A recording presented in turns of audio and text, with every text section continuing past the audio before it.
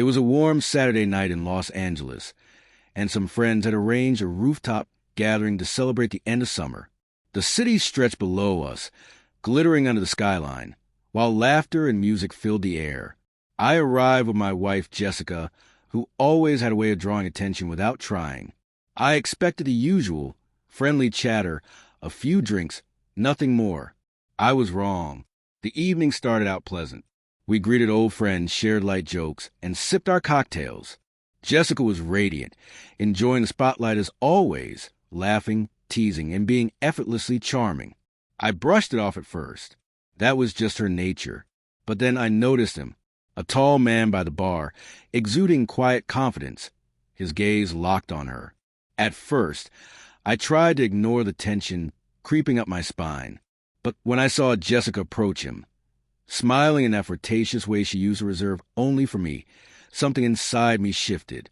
I walked over, trying to keep my voice even.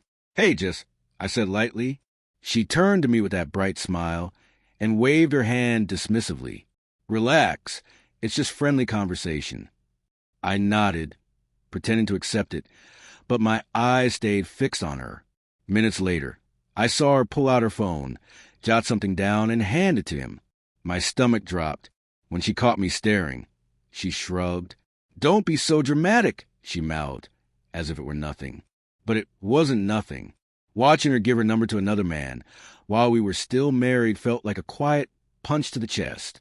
I waited until the moment was right and pulled her aside, away from the laughter and lights. "Jessica, what are you doing? You just gave your number to a stranger," I said, trying to stay calm. She rolled her eyes, her tone light but careless. "It's harmless, Jason. He's just someone at a party. You're overreacting." That word, harmless, echoed in my head like a mockery. "This isn't about jealousy," I said. "It's about respect. You don't hand out your number to someone else while you're married. That's not social. Jess, that's crossing a line." Her expression flickered, half annoyance, half guilt, but she still tried to laugh it off. "You're taking this too seriously." I stepped back, giving her space, but also giving myself a moment to breathe. Watching her from a distance as she smiled at him again made my chest tighten with anger and sadness. The rest of the crowd laughed and danced, oblivious to the storm brewing between us. When I approached her again, my tone had changed. "Jessica, this isn't something small. If you think this kind of thing doesn't matter, then we've got a bigger problem than I thought." Her smile faded, and she finally looked away.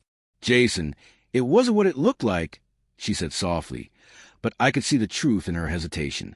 I took her hand, my voice low. "Then tell me what it was. Did you mean for him to have your number?"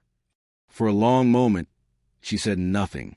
Then, in a quiet voice, she admitted, "I didn't mean to hurt you. I just wanted attention. That's all."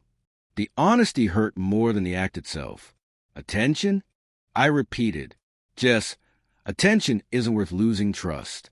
What we have, what we built, can't survive if we start seeking validation from strangers." Her shoulders slumped, tears threatening to form. "I'm sorry. I wasn't thinking."